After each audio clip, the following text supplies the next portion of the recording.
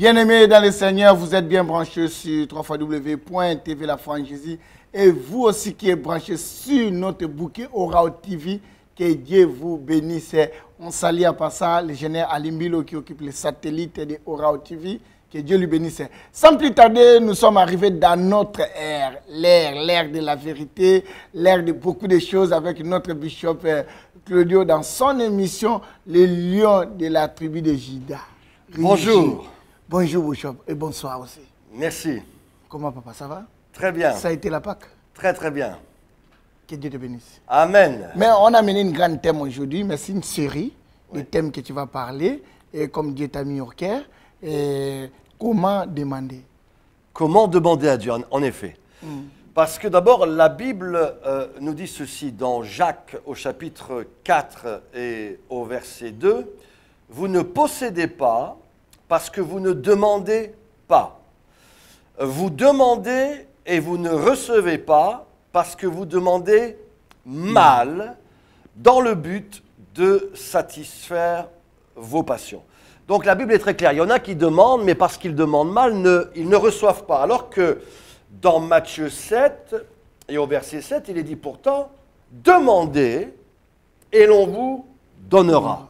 Cherchez et vous trouverez.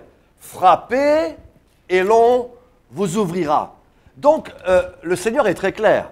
Il nous dit que si l'on demande à Dieu, il va nous donner. Si on frappe, il va ouvrir. Si on cherche, il va trouver. Pourtant, Jacques, lui, va nous dire qu'il y en a qui ne reçoivent pas parce qu'ils demandent mal. Donc j'aimerais, durant cette émission, eh bien, qu'on puisse comprendre d'abord comment recevoir et puis après pourquoi on ne reçoit pas. Alors que dans 1 Jean chapitre 5 et verset 14, il est clairement dit que nous avons auprès de lui cette assurance que si nous demandons quelque chose selon sa volonté, il nous écoute. Amen. Et si nous savons qu'il nous écoute, nous savons que nous possédons la chose que nous lui avons demandée, quelle qu'elle soit. Donc il est clair que si nous prions de manière efficace, la Bible déclare que d'ailleurs que Élie était un homme juste, que sa prière était efficace, que la prière du juste est efficace, alors on va avoir de réponses.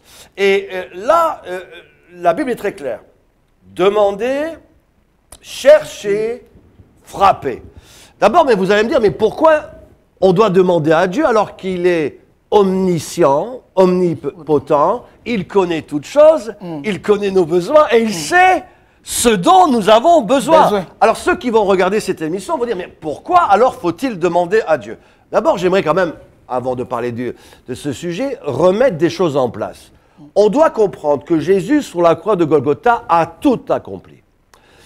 Il a fait tout ce qu'il fallait pour qu'on puisse être sauvé.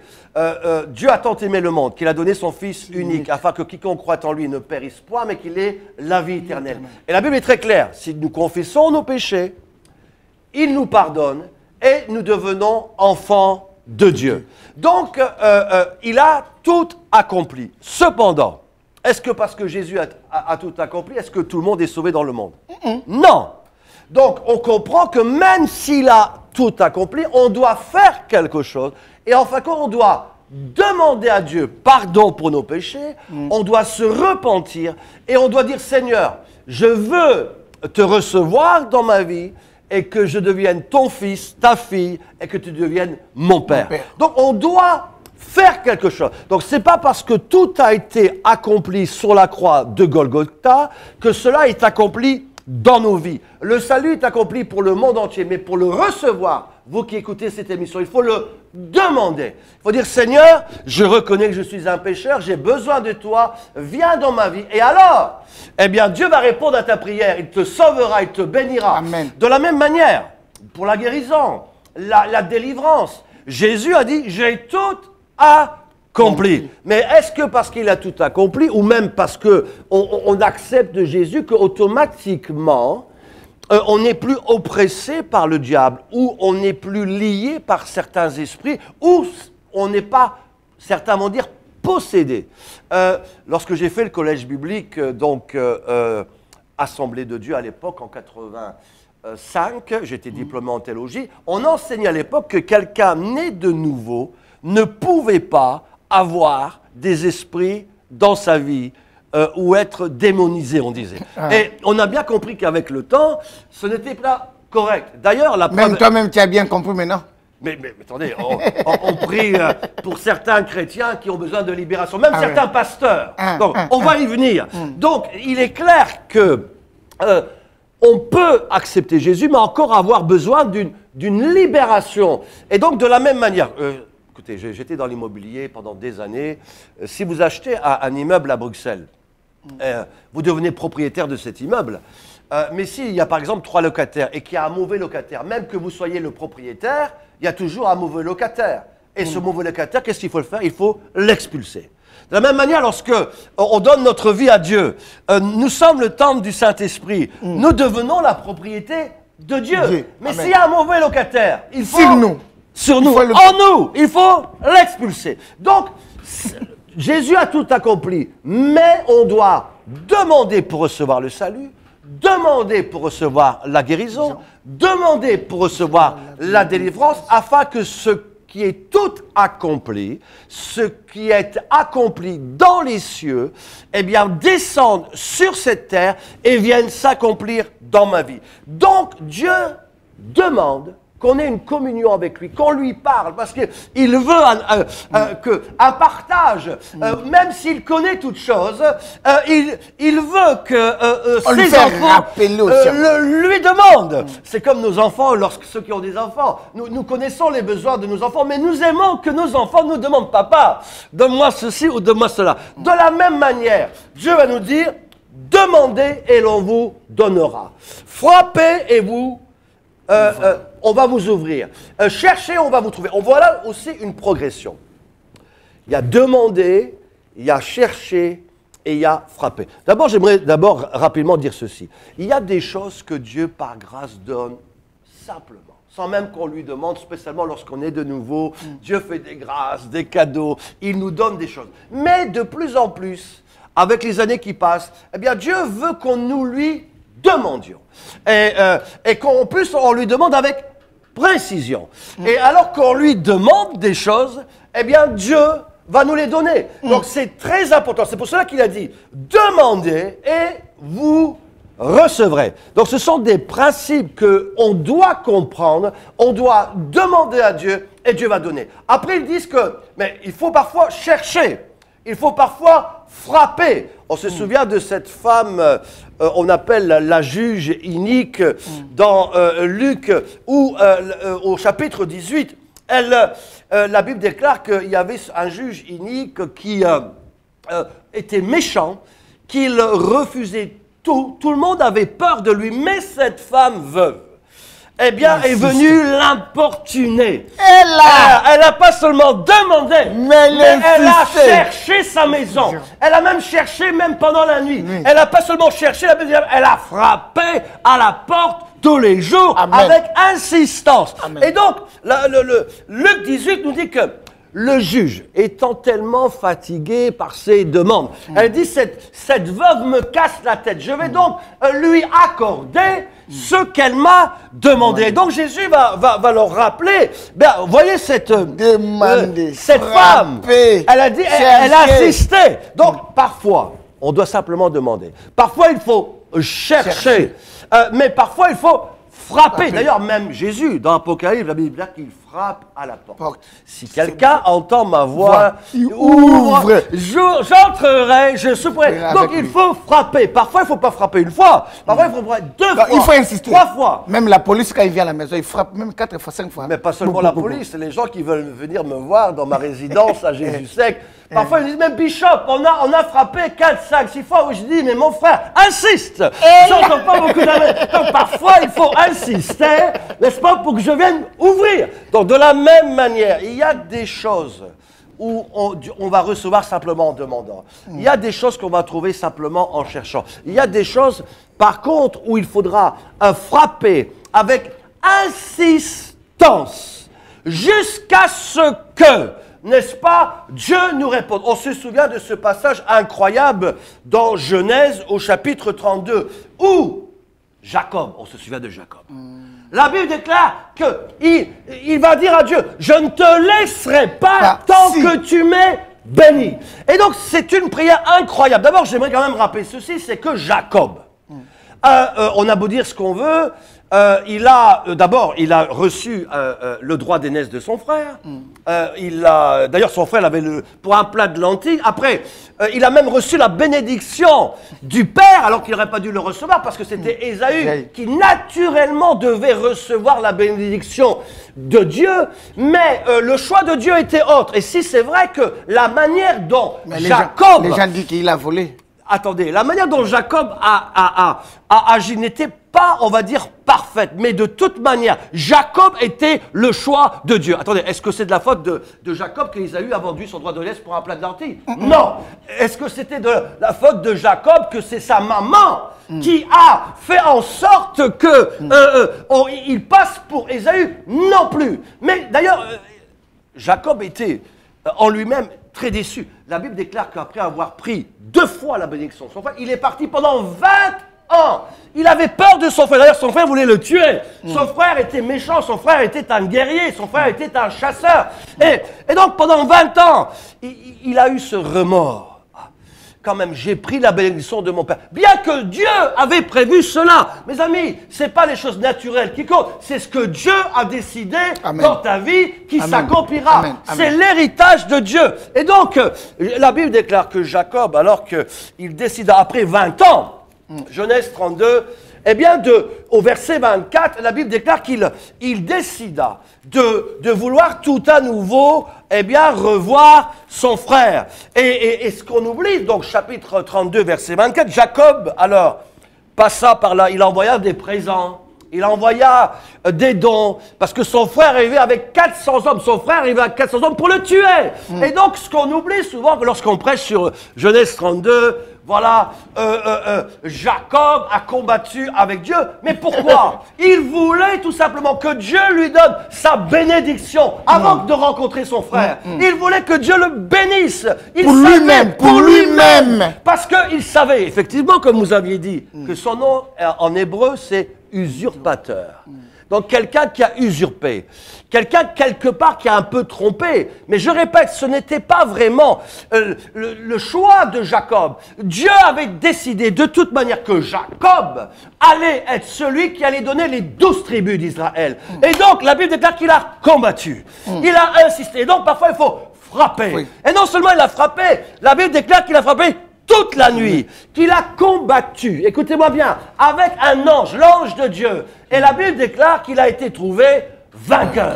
Et parfois, il ne faut pas frapper une fois, il ne faut pas frapper deux fois. Baisser les bras, non. Il y a des choses qu'il faut insister. Tu ne reçois pas encore, toi qui es là, parce que tu n'as pas encore insisté. Amen. Tu n'as pas assez insisté. Tu as commencé à faire 1 heure, 2 heures, mais Dieu te dit, insiste encore, parce que cette bénédiction, elle est pour toi. D'ailleurs, plus la bénédiction que Dieu veut t'accorder, plus ta demande est importante, plus parfois il faut persister, il faut frapper avec insistance jusqu'à ce que tu obtiennes cette bénédiction de Dieu. La Bible déclare qu'il a combattu avec Dieu, il a tellement combattu qu'il a été frappé, parce que parfois dans le combat, il y a des marques. Parfois dans le combat, on laisse des traces. Et d'ailleurs, j'aimerais vous dire ceci, ceux qui ont fait des vraies rencontres avec Dieu, sont marqués quelque part.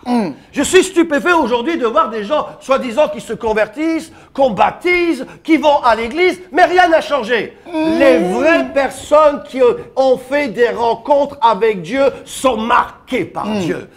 Jacob a été marqué à sa jambe. Moi d'ailleurs, j'ai donné ma vie à Dieu par un problème de ma jambe. Dieu avait frappé ma jambe. Et parce que ma jambe a été frappée, j'ai crié à Dieu. Quelqu'un qui vraiment a une rencontre avec Dieu, sa vie n'est plus la même. Amen.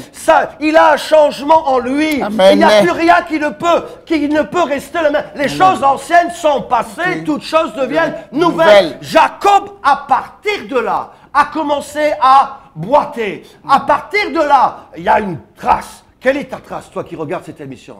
Est-ce que vraiment tu as rencontré le Seigneur? Est-ce que tu peux dire qu'il y a une marque dans ta vie? Est-ce que peux-tu dire qu'il y a un changement dans ta vie? Parce que non seulement Jacob a été changé, marqué, transformé, mais même son nom a changé. Parce qu'à partir de ce moment-là, l'ange de l'Éternel lui a dit, parce que tu m'as demandé, parce que tu as persévéré jusqu'au matin, parce que tu as été vainqueur dans ta demande, eh bien ton nom ne s'appellera plus Jacob, mais il s'appellera Israël. Israël en hébreu signifie prince de l'Éternel. Or, Jacob en hébreu signifie combattant de Dieu.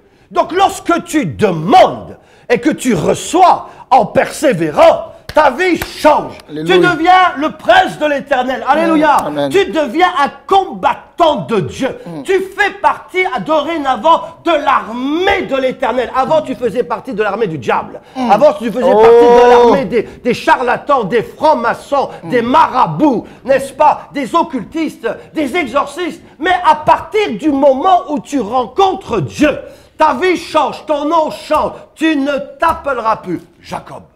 Tu t'appelleras Israël. Bénédiction, prince de Dieu, ange de Dieu, ambassadeur de Christ. Dieu veut qu'on soit des ambassadeurs, des ministres de l'Évangile, des prédicateurs, des rois, des rois, des juges, des sacrificateurs. Mes amis, Dieu nous sauve pour qu'on le serve avec des positions. Donc, Jacob a insisté et il a obtenu la victoire. Et miraculeusement, juste après, il a rencontré son frère. Et son frère l'a pris dans ses bras. Alléluia! Amen. Si tu as des problèmes avec des gens, Dieu va transformer leur cœur. Amen. Mais prie avec demande, prie avec force. Prie avec, quels que soient tes ennemis, quel que soit ce que tu as fait ou n'as pas fait. Si tu viens devant Dieu en demandant avec force, Dieu va t'exaucer. Toi qui regardes cette émission, là où tu te trouves dans les 5 continents, Dieu ne change pas. Il est le même aujourd'hui et éternellement. Il dit, demandez, cherchez, frappez. On se souvient dans 2 Rois 13. Le roi Joas, n'est-ce pas, était entouré de l'armée de l'Éternel. Et puis le prophète Élisée, alors qu'il était d'ailleurs malade, la Bible déclare qu'il va voir le prophète. Et il dit, prophète, je vais être attaqué, aidez-moi. Le prophète lui dit, prends un arc et prends une flèche. C'est une flèche de délivrance. Amen. Il y a des flèches de délivrance aujourd'hui qui vont partir dans ta vie. Il y a des flèches de délivrance qui vont partir dans ton pays, dans ta ville, dans ta maison, dans ton église, dans tes finances, dans ton ministère. Le prophète va dire au roi Joas, tu vas frapper plusieurs fois et tu auras une victoire totale. Il a pris sa main, il lui a montré l'exemple vers l'Orient, vers Israël, vers Jérusalem, tourné vers Dieu. Et la Bible déclare que le roi Joas a commencé à frapper une fois. Puis il a repris une autre flèche. J'espère que tu as plusieurs flèches dans ton carquois. Alléluia. La Bible déclare heureux l'homme qui a des flèches dans son carquois.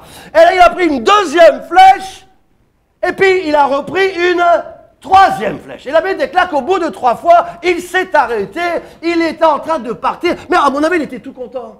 Vous avez des gens qui sont en train de prier, jeûner, ils font semblant, et puis il dit, merci Seigneur pour la victoire. Même certains pasteurs, merci au Dieu pour cette délivrance. Mes amis, est-ce que Dieu était content? Non. Le prophète était furieux. Il a dit au roi Joas, mais pourquoi au roi? Tu n'as frappé que 3 fois. Pourquoi tu t'es arrêté? Et le prophète va être très clair. Parce que tu n'as frappé que 3 fois, tu auras une petite victoire de 3. Il aurait fallu frapper 4 fois, 5 fois, 6 fois, 7 fois, 8 fois, 9 fois, 10 fois, jusqu'à une victoire total. Vous qui regardez cette émission, Dieu ne veut pas une petite victoire pour toi. Dieu ne veut pas te mettre une petite pommade ici. Dieu veut te libérer complètement. Tout à fait. Dieu veut te donner une victoire totale, complète. Alléluia. Oui, vous écouterez la parole. La vérité, elle vous affranchira. Alléluia. Et la Bible déclare qu'il faut frapper jusqu'à ce que tu obtiennes. Amen. Trop de gens commencent bien dans les églises et s'arrêtent. Trop de pasteurs commencent bien, ils s'arrêtent. Ils ont été bien au début. Paul va dire pourquoi vous avez bien commencé, mais aujourd'hui vous avez bifurqué. Parce qu'ils n'ont pas insisté, ils n'ont pas persévéré. Mes amis, la vie chrétienne, ce n'est pas un sprint, c'est un marathon. Et parfois, ça dure longtemps. Et il faut savoir frapper. Il faut apprendre à être des combattants. Il faut apprendre à agir par la foi. Il faut apprendre à être dépendant de Dieu de manière incroyable. D'ailleurs, Dieu même, lui, a fait apprendre au peuple dans le désert qu'il fallait savoir être dépendant de lui. C'est pour cela que lorsqu'il a fait sortir le peuple désert dans l'Égypte, d'ailleurs, il va dire aux disciples qui vont demander au Seigneur, mais comment prier? Il va dire, mais je vais vous donner un exemple de prière. Notre Père qui est dans les cieux, veuillez nous donner notre pain quotidien.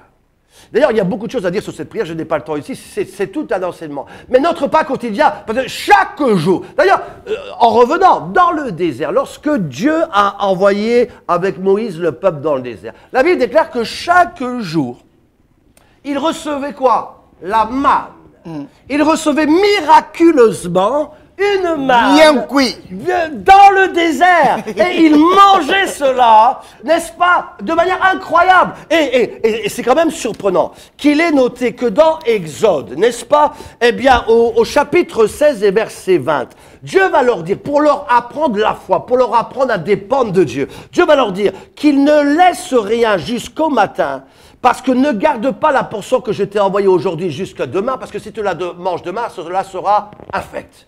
Et donc dans Exode 16, 20, c'est très clair. Dieu leur dit, mangez la manne chaque jour, mangez-la complètement, n'en laissez pas, n'en gardez pas pour demain, mais il y en a qui manquent de foi. Il y en a qui se disent chrétiens, mais ils ne croient pas en Dieu. C'est pour cela qu'il y en a qui ont désobéi. Exode 16, 24. Qu'est-ce qu'ils ont fait? Ils ont gardé un peu de manne pour demain. Ils pensaient que Dieu n'allait pas pourvoir pour demain. Et la Bible déclare que ces gens qui mangèrent la manne, le lendemain, la manne était pourrie. La manne était salie. Elle est devenue infectée. Tu dois apprendre à croire à Dieu, à demander avec foi. Et non seulement cela, Dieu est un Dieu d'onction, de gloire, de sagesse. Il dira que le 7e jour, comme c'est un jour de repos, eh bien tu demanderas le 6e jour une double portion. Et là, exceptionnellement, tu manges le 6e jour ta portion, et exceptionnellement, ta deuxième portion, tu pourras la garder pour le 7e jour. Elle sera bonne, elle ne sera pas pourrie, parce que c'est le jour du repos. Est-ce qu'on peut dire Amen? Amen. Et donc, Dieu nous apprend à agir par la foi. Il nous apprend à agir avec force, de demander, de s'attendre à Dieu par la foi. Donc, le roi n'a pas insisté. Il aurait dû insister. Il y en a qui ne reçoivent pas parce qu'ils n'insistent pas assez. Et il faut comprendre qu'il y a des prières que Dieu ne peut pas t'accorder comme cela. Il demande de toi, de la collaboration. Il veut que tu insistes avec foi, avec persévérance, avec insistance, jusqu'à la fin, déterminé jusqu'à la fin. D'ailleurs, c'est celui qui sera sauvé, qui travaillera pour Dieu jusqu'à la fin, qui sera sauvé. Et donc, on doit comprendre ces principes, qui sont des principes bibliques, qui sont des principes qui sont clairs. Donc, Dieu nous demande d'obéir à lui, d'agir complètement. Imaginez-vous qu'alors que Dieu a demandé à Moïse d'envoyer 10 plaies à Pharaon, qu'il envoie juste 3, et puis merci Seigneur, la victoire. Non. Il fallait pas seulement une 4e, il fallait une 5e, une 6e. Il fallait les 10 plaies. Il fallait qu'il demande, qu'il frappe 10 fois pour avoir la victoire. Si tu frappes 2 fois, tu n'auras pas la victoire. 5 fois, tu n'auras pas la victoire. Il faut frapper jusqu'à ce que Pharaon fléchisse les genoux devant Baal. On se souvient de Gédéon. Gédéon, Dieu, le roi, mais Dieu lui dit, si tu veux avoir une victoire complète, tu dois abattre le pieu sacré de ton père. La Bible déclare qu'il a pris 10 hommes. Encore 10. 10 plaies, 10 hommes. 10, c'est le chiffre, n'est-ce pas, de la plénitude, de la force totale que Dieu envoie. C'est comme cela qu'il a donné 10 commandements. Et donc, il faut frapper jusqu'à ce que tu aies une victoire totale. Et tous les pharaons de ta bouche, ils vont être déracinés, décapités. Donc, on doit demander... Bishop, j'ai une question. Oui. Ça me vient dans la tête tout de suite.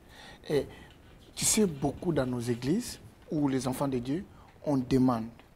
Dès qu'on ne recevra pas, on laisse de demander. Parfois, on dit même, non, Dieu ne n'ose pas moi. Et on commence à critiquer même les églises. Hein. On commence même à critiquer l'église en disant, non, là-bas, Dieu ne m'écoute pas, comme ça, comme ça.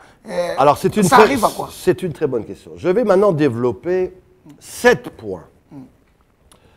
Pourquoi les gens demandent et ne reçoivent pas? Donc, je répète bien. Je vais développer maintenant 7 points. Pourquoi les gens demandent à Dieu et ne reçoivent pas? Premièrement, les gens demandent à Dieu et ne reçoivent pas parce qu'ils demandent des choses interdites. Je m'explique. Comment ça? Par exemple, lorsque Balak, on se souvient de cette histoire, va voir Balaam, il lui donne même de l'argent. Il dit, Balaam, écoute, tu vas aller me maudire Israël. Vous vous souvenez? Et alors Balaam a essayé de maudire Israël. Mais est-ce que Dieu peut répondre à une telle prière? Non! Ah, si je commence à... Non, Bishop, tu m'as envie la tête, s'il vous plaît, s'il vous plaît. Il y a des demandes. Attendez, c'est très fort, hein. Cher frère, si vous, par exemple, vous voulez... non, c'est grave, hein. On va vouloir tuer ou empoisonner le bishop Claudio. Est-ce que vous croyez que Dieu va dire oui? Mais non. D'ailleurs, entre parenthèses, tu peux essayer, il n'y a aucun poison qui va m'empoisonner. J'entends pas beaucoup d'amen. Mais donc, Balaam voulait... n'est-ce pas, maudire Israël. Est-ce que Dieu peut accepter de telles demandes? Non. Il y a des gens dans les églises, dans les foyers, qui demandent des choses interdites que Dieu ne pourra jamais accepter. Attendez, j'avais une dame qui était venue, là, elle était venue vers moi. J'aimerais me marier avec vous. Ah bon, d'abord. Alors, elle vient vers moi, mais je dis, mais madame, d'abord, vous êtes mariée. Ah, mais c'est pas grave, je vais prier pour que mon mari meure. Est-ce que vous croyez que Dieu... Est-ce que vous croyez que Dieu peut accepter? Mais vous savez que c'est incroyable. On voit dans les églises aujourd'hui des gens qui disent des choses n'importe quoi. Ils se lèvent au nom de Dieu. Il y a même des hommes de Dieu qui gardent aussi même des sœurs à l'église pour dire que Dieu va te donner mari, moi je vais te donner marié, je vais prier pour toi, il y aura des choses comme ça. Explique-nous un peu ça pour les demandes là, Bishop. Écoutez, Dieu, restons concentrés sur les 7 points parce que j'ai beaucoup de choses à dire. Dieu ne peut pas accorder une réponse à des choses qui sont contraires à la parole de Dieu. Et donc, tu ne reçois pas parce que tu demandes non seulement mal, mais tu demandes quelque chose qui s'appelle d'interdit, c'est-à-dire qui est contraire à la parole de Dieu. Et Dieu ne peut pas, n'est-ce pas, se dissocier de la parole. La parole, elle s'est faite chair. Elle est Dieu. Amen. Elle est Jésus-Christ. Amen. Et donc, tu ne reçois pas parce que tu demandes des choses contraires à la parole. Tu peux faire les dons que tu veux. Tu peux jeûner 40 jours, même 60 jours jusqu'à mourir. Tu ne recevras pas parce que c'est contraire à la parole de Dieu. Deuxièmement, tu demandes mais tu ne reçois pas parce que tu demandes avec de l'amertume dans ton cœur. Pourtant, la Bible est très claire. Marc 11, 25. Si vous avez quelque chose contre quelqu'un, avant de venir m'offrir à moi l'Éternel vos dons, vos offrandes, ou venir devant la Sainte Seine pour partager le repas, réconcilie-toi d'abord avec ton frère et ta sœur. Sinon, aucune de tes prières ne peut être acceptée. Même si tu jeûnes, même si tu t'habilles en carnaval, même si tu mets tes habits, n'est-ce pas, de fête, même si tu arrives avec tes colliers et tes tresses, mes amis, il n'y a rien qui ne pourra marcher. Le ciel est fermé pour toi. Tu peux prier autant que tu veux. Tu peux demander, frapper autant que tu veux. La porte ne peut pas s'ouvrir. Tu ne peux pas trouver. Tu ne peux pas recevoir parce que ton ciel est fermé. Pourquoi? Parce que dans ton cœur est fermé. Ton cœur est mauvais. Ton cœur est en colère. Ton cœur est un cœur qui murmure, qui critique, qui ment, qui trompe, qui vole, qui triche. Et comment, n'est-ce pas, Dieu qui est saint, qui connaît toutes choses. Tu peux tromper les gens, mais tu ne peux pas tromper Dieu. Amen. C'est pour cela que Tu demandes, mais tu ne reçois pas.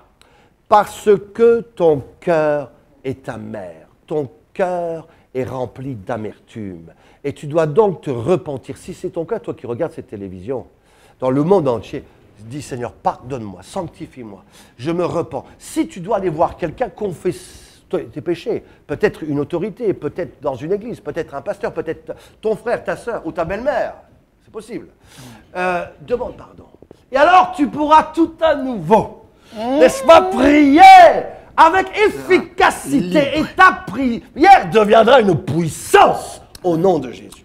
Donc, troisièmement, tu demandes mais tu ne reçois pas parce que tu ne demandes pas selon les intérêts du royaume, mais tu demandes selon tes propres intérêts.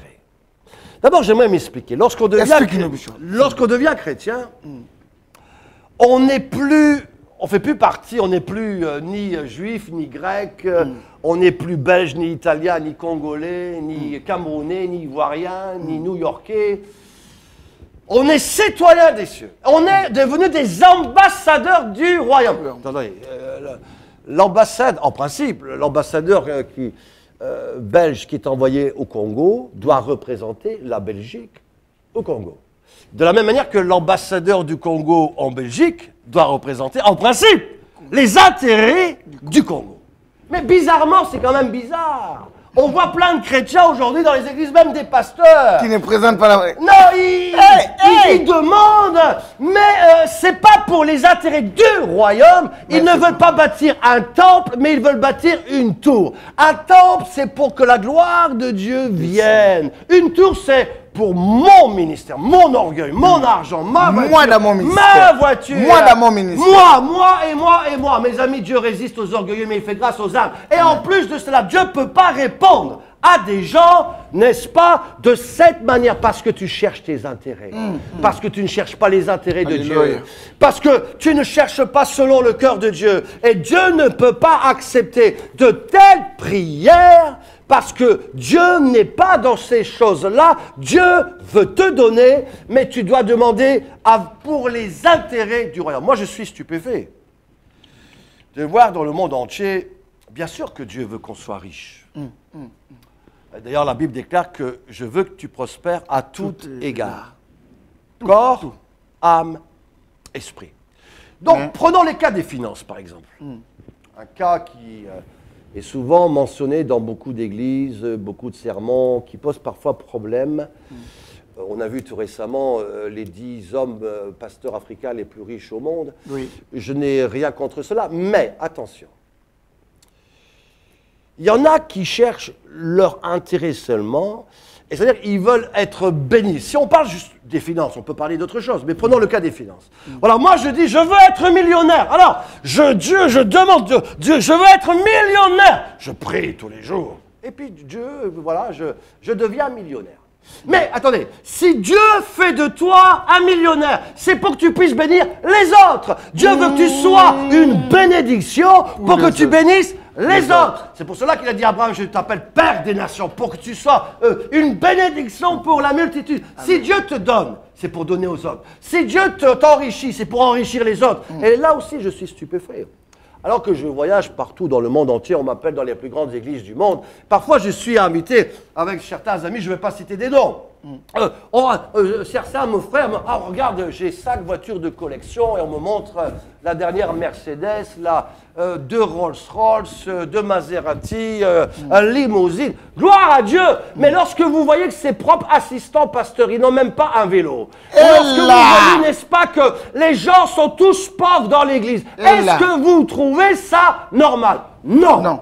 Et donc ça, ce n'est pas pour moi une bénédiction qui enrichit, qui n'est suivie d'aucun chagrin. Parce que la bénédiction qui enrichit, qui vient de Dieu, elle n'est suivie d'aucun chagrin. La bénédiction qui vient de Dieu, mes amis, elle bénit tout le monde. Et si Dieu te donne, c'est pour que tu sois une bénédiction. C'est pour cela que les 4 lépreux, alors qu'ils sont sortis, n'est-ce pas, ils ont dit, si on reste dans le camp, on va mourir. Si on reste ici, on va mourir. Allons dans le camp de l'ennemi. Et la Bible déclare qu'ils ont eu une grande victoire. J'en parlerai récemment. Et même l'ennemi leur a laissé l'or, la richesse et les diamants. Ils étaient à 4, ils ont tout partagé. Ils ont dit, on va garder. Mais il y a quelqu'un qui dit, non. On ne peut pas faire ça. Si Dieu nous a bénis, c'est pour bénir tout le monde.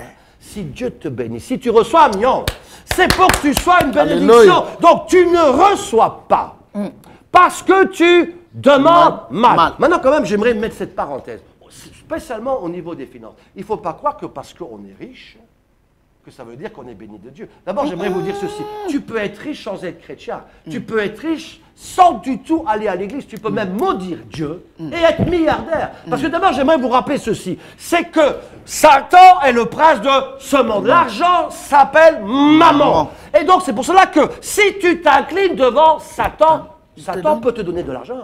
Satan peut te donner des voitures, des maisons. Et puis, il y en a qui reçoivent cela. Et puis, les chrétiens, excusez-moi, qui sont aveugles, disent « Ah, ça c'est Dieu, ça c'est la gloire de Dieu ». Mais ce n'est pas du tout la gloire de Dieu. Ça c'est le diable. Amen. Ce n'est pas tout ce qui brille qui est or. Donc attention. Donc il y en a qui reçoivent, mais ils reçoivent du diable. Ça c'est une autre chose. Mais ce n'est certainement pas de Dieu. Parce que la bénédiction qui vient de Dieu, je répète, elle enrichit non seulement ta vie, mais alors tu deviens toi une source de bénédiction pour les autres. Donc alors, si tu ne reçois pas selon Abraham, selon Dieu, parce que tu ne demandes pas pour les intérêts du royaume. Quatrièmement, tu demandes mais tu ne reçois pas parce que tu ne sais pas en réalité quoi demander, ou tu ne connais pas la volonté de Dieu. Tu ne sais pas quoi demander.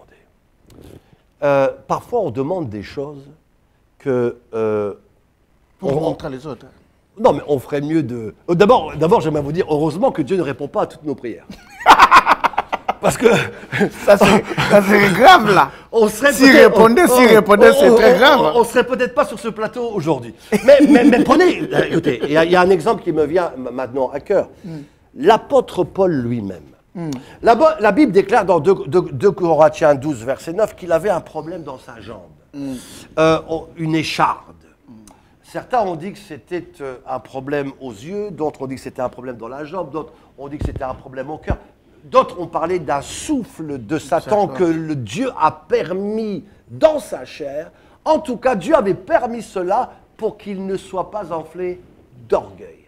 Mais, notez bien, Paul, le grand apôtre, va prier 3 fois, oh Dieu! Il a frappé 3 fois, il a dit, oh Dieu, s'il te plaît, que cette écharde soit enlevée. Enlève-moi ce problème. Vous savez, parfois nous on demande à Dieu, oh Dieu, enlève-moi ça, enlève-moi ça. Mais on ne comprend pas que Dieu permet ça justement pour notre fortification. Parfois Dieu laisse même certains ennemis pour nous aiguiser, pour nous fortifier. Pour qu'on soit encore plus fort. N'est-ce pas? Et là Dieu a dit à Paul, non, je ne vais pas t'enlever ce problème. D'ailleurs, moi, j'ai été converti parce que j'ai eu un problème que personne ne savait résoudre. On m'amène devant des pasteurs, ils ont jeûné pendant 3-4 jours. Et après avoir jeûné, ils m'ont dit, Monsieur Claudio, Dieu ne va pas enlever votre problème dans la jambe parce que s'il enleverait votre problème dans la jambe, vous repartirez dans le monde. Et c'était vrai. Et ils m'ont dit, ce problème dans votre jambe, il va diminuer progressivement. Donc Dieu, n'est-ce pas, permet des choses parfois. Paul aurait pu prier pendant toute sa vie. Dieu a dit non. Donc arrête de demander si Dieu ne veut pas. Donc Paul n'avait pas compris le plan parfait de Dieu. C'était que Dieu garde cette écharde pour son bien, pour sa protection. Et parfois, nous, on fait des demandes qui sont contraires à la volonté de Dieu. On pense que c'est mal, mais c'est bien pour nous. La vérité, c'est que Dieu sait mieux que nous-mêmes ce dont nous avons besoin. D'ailleurs, même lorsque Adam, il cherchait une aide, il a cherché parmi les girafes, les crocodiles, il ne trouvait rien. Alors Dieu a dit non, mais quand même, je vais enfin te donner une aide pour toi. La Bible déclare qu'est-ce qu'il a fait? Il l'a endormi. Parfois, on doit être endormi pour que Dieu vraiment... Parce que nous, avec nos yeux, on va se regarde partout. Donc, on ne sait pas comment Dieu, parfois, veut. Donc, on doit comprendre. On ne reçoit pas parce qu'on ne connaît pas le plan, la volonté de Dieu. Et donc, on demande mal. La vérité, elle est la suivante. C'est qu'on doit, pour demander efficacement, on doit connaître notre identité en Christ. Et qui nous sommes en Christ. Lorsque tu connais qui tu es en Christ, lorsque tu connais ton nom, alors tu peux demander en rapport à ton identité et le nom nouveau que Dieu t'a donné. Je m'explique. Lorsque Dieu s'est révélé à Moïse, il n'a pas dit « je fais », il n'a pas dit « je suis celui qui fait des miracles », il a dit « je suis celui qui est ». Donc il s'est d'abord présenté « je suis ». Et parce qu'il est, il peut faire. Parce qu'il est, il peut demander. Parce qu'il est, il peut ordonner. Et donc, lorsque nous connaissons notre identité, je m'explique. Lorsqu'on est ambassadeur, on demande des choses en rapport d'un ambassadeur. Si tu es ouvrier, tu ne pourras demander que des choses qu'un ouvrier peut demander. Donc, lorsque tu sais à quoi Dieu t'a appelé, lorsque tu connais l'onction qui est la tienne, alors tu vas pouvoir demander en rapport à l'identité, au mandat, à l'onction. Pour cela que dans Psaume 2, il dit « Toi, je te oins aujourd'hui, tu es mon fils, je t'ai engendré. Demande-moi et je te donnerai les nations pour héritage. » Parce qu'il connaît son identité. Il y en a qui ont l'onction, le devoir de demander des nations. D'autres demandaient juste le village. D'autres demandaient juste une famille. Mais selon ton mandat, selon le manteau que Dieu a mis sur ta vie, selon l'identité qui est la tienne, si tu es un roi, un sacrificateur, un juge, un prophète, tu peux alors demander, réclamer, proclamer les choses par rapport à ton identité. Donc, tu ne demandes mal en vérité parce que tu ne connais pas l'identité qui est la tienne, la fonction qui t'a été attribuée et aussi les limites de ton champ d'action. Et lorsque tu connais ces choses, alors tu peux demander avec foi. Et alors c'est là que ce verset intervient, que nous avons auprès de lui cette assurance que si nous demandons quelque chose selon sa volonté, alors nous savons qu'il nous écoute et nous savons qu'il va nous répondre toujours. C'est pour cela que Jésus va donner un passage incroyable. Il va dire « Ô Père, je sais que tu m'exauces toujours. » Oh! Pourquoi il va pouvoir dire ça? Parce qu'il est tellement un. Le Père est en lui, il est dans le Père, qu'il forme un. Et donc, il sait automatiquement que la volonté, il sait que tout ce qu'il va lui demander, plus on est proche de Dieu, plus on connaît notre identité en Christ, plus on sait ce à quoi on est appelé à faire, alors plus on peut, n'est-ce pas, demander, on sait même avant d'avoir demandé que Dieu va nous donner et nous exaucer.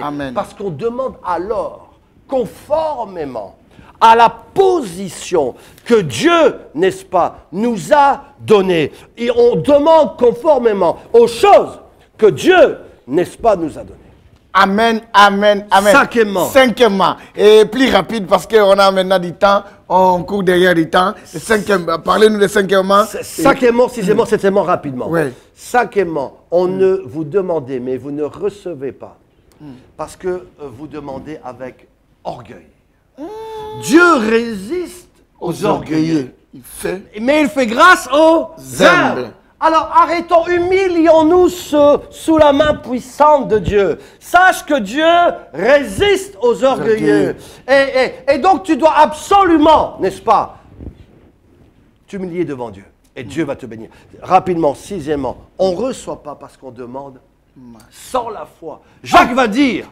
Mais ne vous attendez pas à recevoir quelque chose. Si vous n'avez pas la foi, si tu n'as pas la foi, alors tu vas douter. Et le doute en grec, c'est distazo. Ça veut dire être partagé. partager. Si tu demandes et tu n'as pas la foi, attention, il ne faut pas mélanger ça avec ce qu'on appelle la pensée positive, où des gens confondent, répètent des choses sans arrêt. J'aurai ceci, j'aurai cela. Ça s'appelle la pensée positive, qui est partie dans beaucoup d'églises, beaucoup d'erreurs, beaucoup de pasteurs font ceci. J'étais avec le Yonggi Cho, je mangeais avec lui, et il m'a dit ceci, vous savez, on doit recevoir le réma de Dieu, et alors on peut demander par rapport au réma.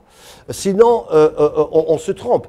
C'est comme ces trois femmes, va-t-il me dire, Yonggi Cho, qui ont décidé de prendre un bateau et d'aller sur le lac en Corée du Sud. Elles ont dit, oh Dieu, je sais que tu vas nous exaucer, on va marcher sur les eaux. Effectivement, elles sont sorties du bateau, mais vous savez ce qui s'est passé? Elles ont tous coulé, elles se sont noyées, parce que Dieu leur avait jamais demandé cela. Donc il faut arrêter de confesser des choses et de croire. Non, non, on doit demander selon Dieu. Il faut demander selon la foi, dans la foi, mais par rapport à ce que nous savons que Dieu veut pour nous. J'ai une question. Et j'aurai après un dernier point. Ouais, j'ai une question à ça là.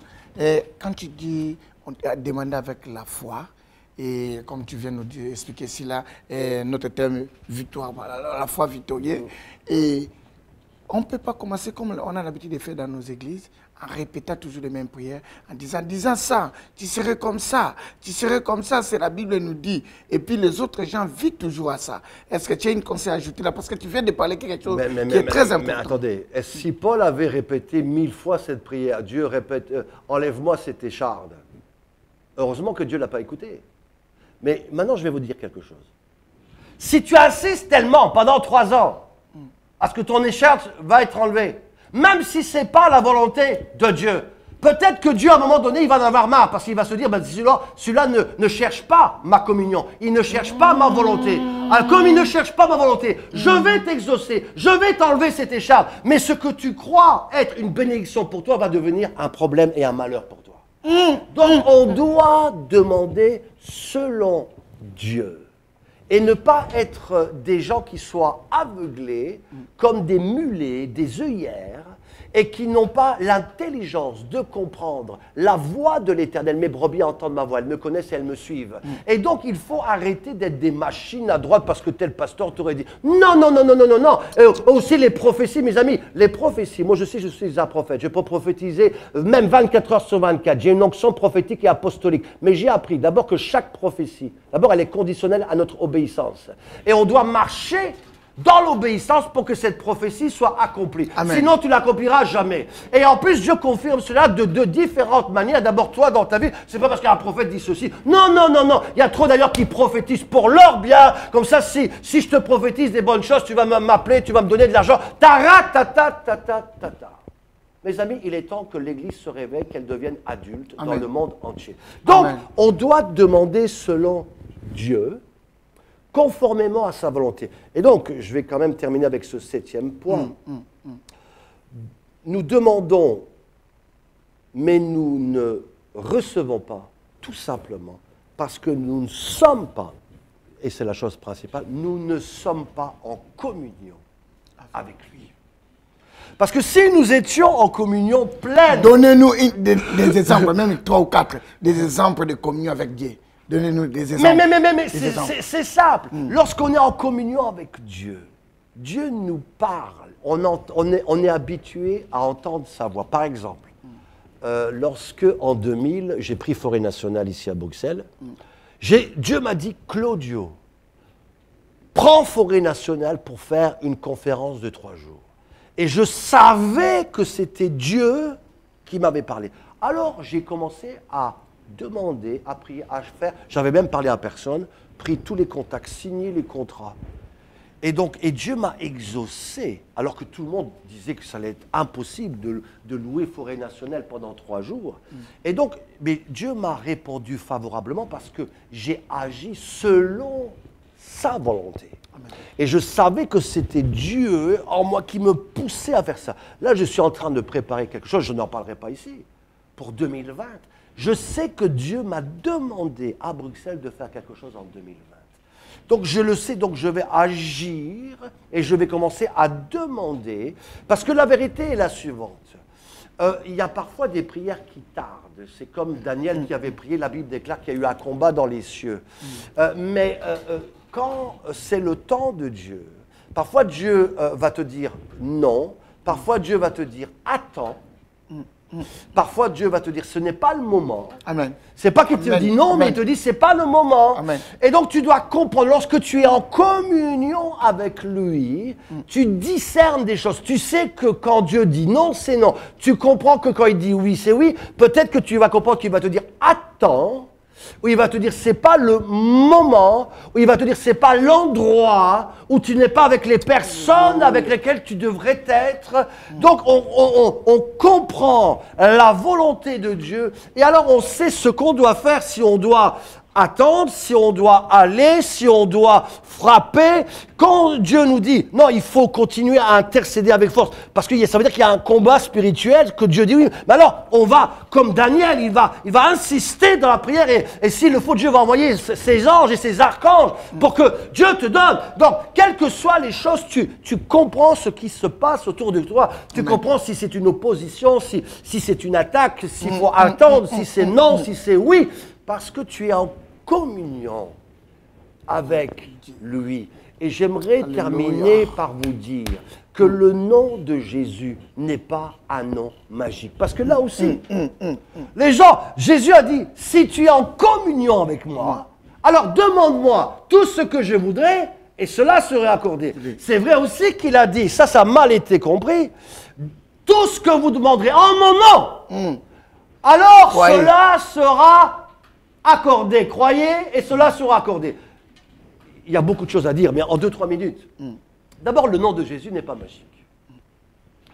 Et pour résumer la situation, quelqu'un peut utiliser le nom de Jésus. D'ailleurs, même le diable, il peut parler en langue. Le diable, il peut même utiliser le nom de Jésus. C'est pour cela que Jésus va dire, vous avez utilisé mon nom, vous avez chassé des bons, mais je ne vous connais pas. Ouvrier d'iniquité. Donc tu peux utiliser le nom de Jésus sans être en communion avec lui. Et pourtant, bizarrement, je sais que c'est un peu compliqué, c'est un mystère. Parfois, Dieu peut agir avec le nom de Jésus, même si toi, tu n'es pas en communion avec lui, mais non pas pour bénir la personne qui a dit au nom de Jésus, mais pour bénir celui à qui tu vas prier, qui va être guéri, mais toi, tu restes dans tes péchés. Toi, tu restes dans ta malédiction. Donc, je répète, on doit, n'est-ce pas, demander en étant en communion avec lui. Et si tu es en communion avec lui, alors tu as cette assurance. Non pas par le nom de Jésus. Vous savez, vous avez des gens qui sont au nom de Jésus, au nom de Jésus, et au nom de Jésus, mais tu vas aller en enfer. Tu peux faire des miracles au nom de Jésus, mais tu vas droit en enfer. Toi qui écoutes cette émission, qui est peut-être pasteur, docteur, bishop, trishop ou chrétien dans une église, le nom de Jésus n'est pas une garantie ni de l'approbation de Dieu, ni de ton salut dans le ciel et dans le paradis, mais c'est la communion. Si tu es en communion avec lui, si tu parles avec lui, si tu connais sa voix, c'est alors que tu pourras dire, comme Jésus l'a dit, je sais que mon Père m'exauce toujours. C'est très fort. Que Dieu vous bénisse. Dieu te bénisse aussi. Bishop Claudio, c'était Bishop Claudio lui-même en personne, lui qui est en train de nous donner la bonne nourriture du temps convenable. Excusez-nous, j'ai l'habitude de dire, si tu n'as pas de maîtrise des choses que tu parles, excusez-nous, toi-même tu connais la suite. Que Dieu te bénisse et suivez-nous encore lundi prochain avec lui. On est en train de continuer une grande thème qu'on appelle ça foi victorieuse avec lui pour 7 mois. Donc 7 mois, il est assis à ça. Donc on a déjà commencé avant même 3 jours de mois que le mois commence. Lui-même il a dit, Dieu l'a mis ça au cœur beaucoup. Il faut qu'il parle de ça. J'ai dit, moi j'aime des choses de la foi parce qu'on est aussi télévision La Foi en Jésus. Amen. Restez connectés avec nous. Et on va le dire encore, suivez-nous les lundis, ne manquez pas. Chaque lundi, ne manquez pas, il est avec nous ici là. On est béni, on est béni, on est béni. Et Bishop, est-ce que tu peux prier pour les gens qui ont écouté le message là, pour, comme on a commencé ça? Parce que ça, c'est une série de messages, comme c'est le premier jour de commencement. Et c'est un peu de prier pour que quelqu'un comprenne un peu, pour qu'il nous attende aussi le lundi. Seigneur, merci pour tout ce que tu as dit aujourd'hui. Si quelqu'un n'a pas accepté Jésus, alors qu'il regarde cette émission dans le monde entier, repens-toi, demande au Seigneur de te toucher, de te libérer, de te guérir. à tous les autres, que Dieu leur aide à écouter la voix de Dieu pour connaître leur identité en Christ, afin qu'ils sachent demander selon la volonté de Dieu. Et alors qu'ils vont demander selon Dieu, eh bien, ils vont recevoir de toi, parce que tu déclares que, regardez les oiseaux, ils ne sèment ni ne moissonnent, ils n'amassent non plus, mais ils ont de la nourriture, jour après jour. À combien plus forte raison notre Père Céleste ne prendra-t-il point soin de toi qui regardes cette émission? Tu vaux plus qu'un oiseau. Et ton Père te dit, apprends à me connaître et demande pas, prends du temps dans ma présence. Et alors tu me demanderas et je te donnerai. Amen. Tu chercheras et tu trouveras. Tu frapperas et je t'ouvrirai. Au nom de Jésus. Amen. Amen, amen, amen. Que Dieu vous bénisse. À la prochaine. Shalom, bye bye. Merci. Amen. Oh, il y avait des bonnes choses. Amen.